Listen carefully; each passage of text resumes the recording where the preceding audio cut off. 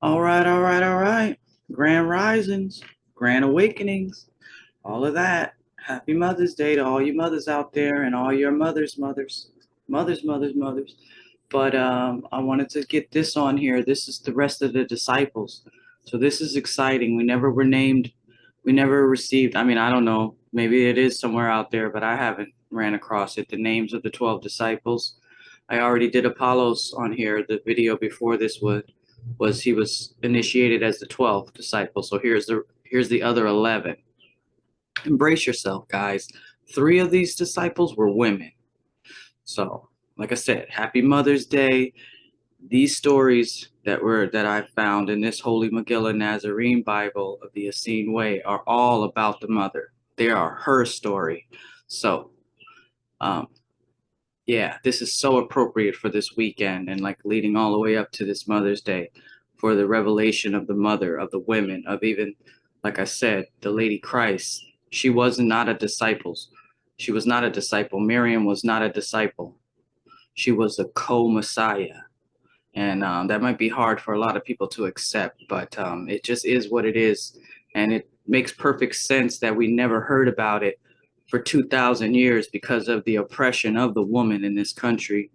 And it's just not this country, it's the entire world. So here we go. Let's give some respect to these ladies and putting some respect on their name. All right. Um, so here we go. This is chapter 31, the New Testament. Remember, the New Testament was written by Sarah. Her name was changed to Jalil when she became the authorized scribe of the New Testament of the Lord and Lady, because originally her mother was. It's another story of another woman. All right, here we go. After his 49-day fast, Yahshua and the 3 lions of his presence, Phillip, Yehuda, and Yoseph, journeyed to the region of Mount Carmel. There the Lord communed with his relatives and certain Nazarene elders, though the Lord came to serve the whole world, he was also a man who loved his relatives and had not visited them in several years while in India. Behold, while Yahshua was eating in the home of a wise Nasarean elder, there was a knock on the door. Philip, with Yehuda at his side, answered the door. Philip said, Lord, some of your relatives are at the door. Yahshua said, Who are my relatives?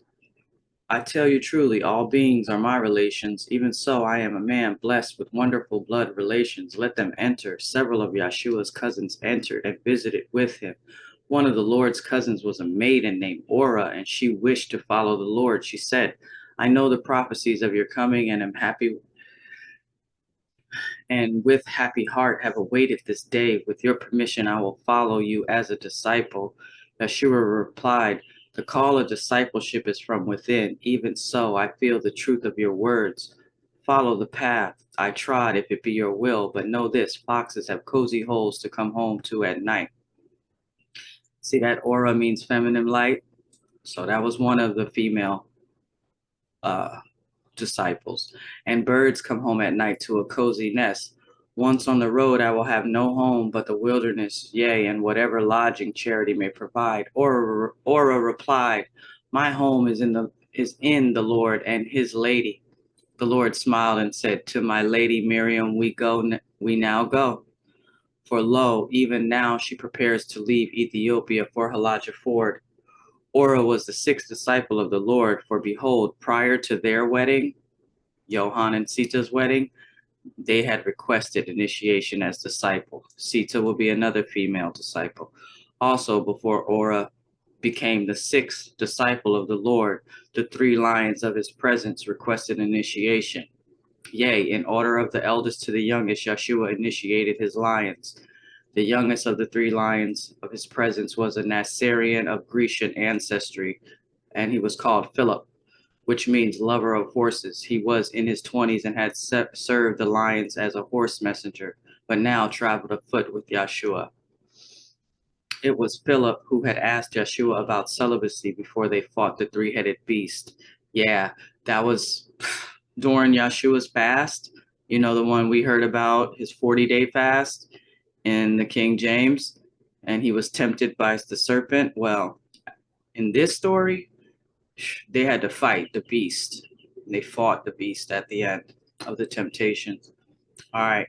The eldest of the three lions, not yet 50, and still strong and agile, was Yoseph, the Arimathea, the leader of the lions of Zion. Yoseph was the shepherd who had come to the holy babe in Bethlehem when Mary gave birth.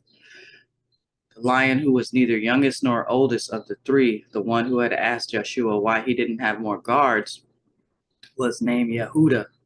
Though Yoseph was the leader of the lions for reasons other than proness in physical combat, Yehuda was acknowledged as the greatest Nasarean martial artist in physical combat since Samson. He was in his 30s and very muscular. These Nazarene martial artists, even Samson. The story in the King James is that Samson killed men, but not in this Megillah. Samson didn't kill anyone in this Megillah. He broke a lot of bones and knocked a lot of clowns out, but they don't kill the martial artists, and the lions of Judah don't kill. Because they know that it will spiral them down on the ladder of consciousness, so they don't do it. All right, here's chapter 32. This is Nethan'el accepts the call to discipleship. He's going to be the seventh disciple. Yahshua and his three lions, along with Orah, left the region of Mount Carmel and headed south towards Jerusalem. Near Jerusalem, they would meet up with Yohanan and Sita and then walk to Halajah Ford. On the way from Mount Carmel to Jerusalem, the Lord's company passed through Galilee. There, Nethan'el became the seventh disciple of the Lord, and that story now follows. On the outskirts of the town of Galilee, Yahshua saw within his mind the image of a young man praying beside a date tree. The Lord followed his intuition until he found the man beside the tree. Yahshua said to the man, "Please continue praying if you wish. I will enjoy a few figs beneath the shade of this tree while you pray." The man replied, "My name is Nethan'el, and I need pray no longer, for lo, in setting my eyes upon your bright countenance, I perceive that my prayer in this moment is answered. I have journeyed from the Nazarene encampment in Syria to pray beside this tree. Behold, while in Syria I had a prophetic dream. I perceived that if I were at this tree on this day, I would meet the Lord Christ." Yahshua said, "Was that what you asked for in prayer this morning, to meet the Lord Christ?" Nethan'el said, "No, for I knew already that the Messiah would come." Look what he prayed for.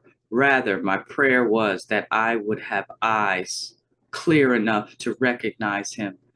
And my prayer was granted, and I asked to be accepted by you as a disciple." Yahshua replied, "Your eyes reveal no guile. Lo, the call of discipleship is from within.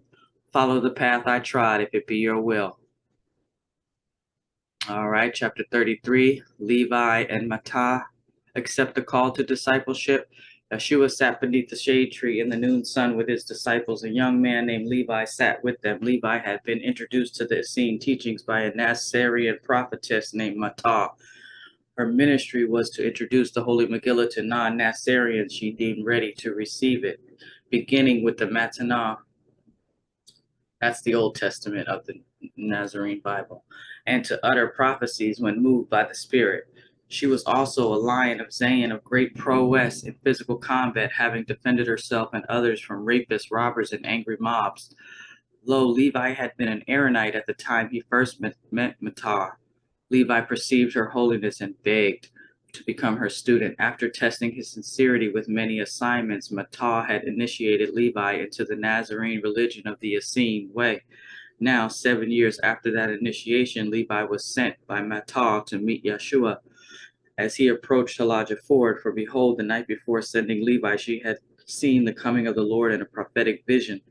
Levi found Yahshua teaching 5 of his 7 disciples, the 3 lions of his presence, Orah and Nethan'el, beneath a tree, and listened and learned. Lo, after a long discourse by Yahshua, Levi requested discipleship. When Yahshua heard that Levi was a student of the wise priestess Mattath, he said, "You have been taught the rudiments by Mattath, the prophetess, and in her youth she was trained by Nebiah the Ethiopian. Are you going to leave the side of Mattath the prophetess so soon?" Levi said, "She will join us here shortly, Lord.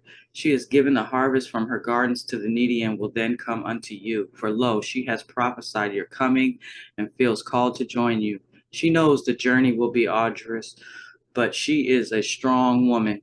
She told me the foxes have a hole to come home to each night, but the followers of Yahshua often sleep on the road. For lo, the Lord takes his message to the people of Yesrael and then to Yisrael. When Mattath arrived, she and Levi were initiated as the 8th and 9th disciples of the Lord Christ.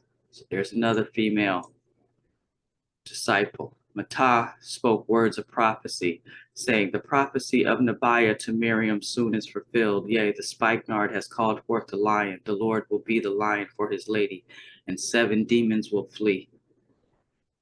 All right, here's the last two. On the outskirts of Jerusalem, as previously planned, the Lord met his first 2 disciples, Yohanan and Sita. Behold, with Yohanan and Sita was Taum, the twin brother of Yohanan. Taum requested initiation as a disciple of Yahshua. The Lord initiated Taum as his 10th disciple and said, "The sons of thunder, the holy prophet Ra'am, are welcome at my side." Taum said, "Our father Ra'am has a broken hip, otherwise he would be here with us. He said to tell you that Ra'am is with you always, for lo, thunder is not parted from lightning."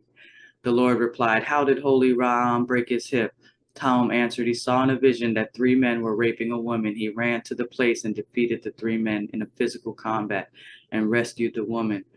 His hip was broken in the battle." Yahshua said, "Take me to Ra'am, for I feel called to lay my hands upon his hip and pray for a speedy mending." When the Lord raised his hands to the noon sun and received healing light into his palms, then he placed his hands upon the broken hip of Ra'am and chanted words of healing power. Behold, before nightfall, Ra'am's hip was fully mended. Ra'am gave thanks, and Yahshua said, "When called from within to act, I act. I was called to this healing by Jaja. Wherefore give thanks to Jaja for your healed hip. There are more injured in the world than I can heal by physical touch. Wherefore I bring healing teachings that will raise in ascending spirals, giving perpetual birth to ascending spirals of even more joyful vibration in Yah. Amen. Yea, so be it. But when called from within to lay my hands upon an injured human or animal, I answer." Ra'am replied, "I also have a calling from within. I am called to follow you as a disciple." Yahshua said, "The call of discipleship is indeed from within." Then the Lord baptized Ra'am as his 11th disciple. And we got this one. Apollos was initiated as the 12th disciple. I did this video before this one. So if you want to read about that one and you didn't hear about the 12th disciple, just go to the video before this one. All right, guys. Thanks for watching. Like I said, happy Mama's Day weekend. Stay tuned. I'm going to get some more stuff up here. Thanks. Do something good today. Random act, kindness. Better in the Lord. What's up, Griff? Got the homie with me. Excuse me. Got my peoples with me.